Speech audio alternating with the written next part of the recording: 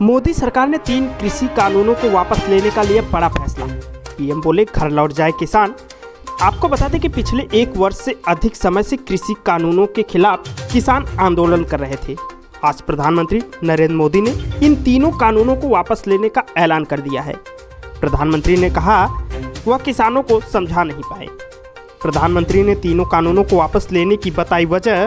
प्रधानमंत्री मोदी ने गुरु पर्व के मौके पर देश को संबोधित करते हुए कहा कि वह किसानों को समझा नहीं पाए, इसलिए कानून वापस ले लिए जाएंगे।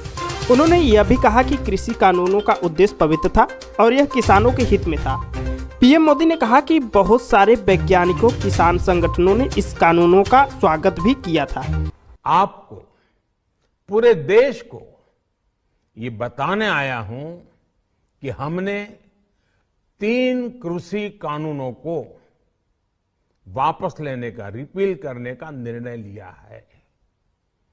इस महीने के अंत में शुरू होने जा रहे संसद सत्र में, इसी महीने में हम तीनों कृषि कानूनों को रिपील करने की संवैधानिक प्रक्रिया को पूरा कर देंगे।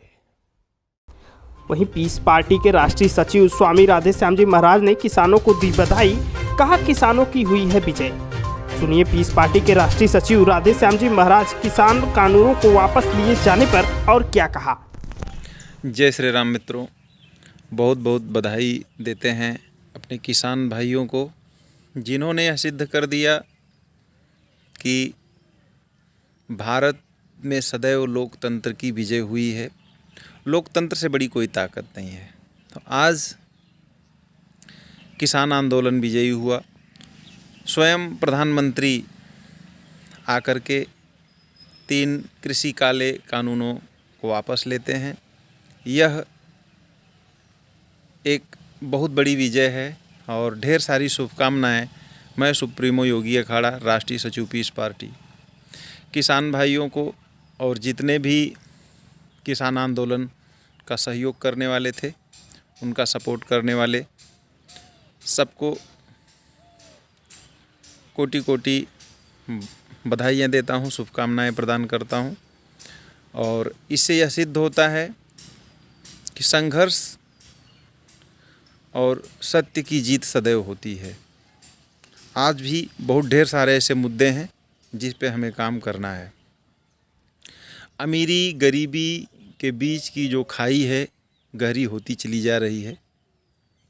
बढ़ती हुई महंगाई, बढ़ती हुई बेरोजगारी, घटता हुआ शिक्षा का स्तर, ये भारत देश को उसके लक्ष्य से बहुत दूर ले जा रहा है।